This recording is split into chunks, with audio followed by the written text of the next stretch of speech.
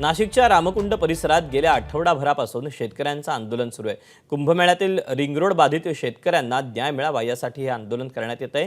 या आंदोलनाला खासदार संजय राऊतांनी भेट दिली। यावेळी राऊतांनी शेतकऱ्यांना समाधानकारक मोबदला देण्याची मागणी केली असून कुंभमेळ्यातील कामाच्या भ्रष्टाचारावरून त्यांनी जोरदार हल्लाबोल केला। हे सगळे शेतकरी आणि त्यांचे नेते हे उपोषणाला अजून बसले आहेत। आमरण उपोषण, साखळी उपोषण हे का चाललेलं आहे? एका बाजूला तुम्ही शेतकऱ्यांचे कैवारी म्हणताय, का 50,000 कर्जमाफी केली, दातावर फेकून देत आहे आणि शेतकऱ्यांच्या जमिनी काढून घेत आहे। कोणासाठी? तर बिल्डरांसाठी।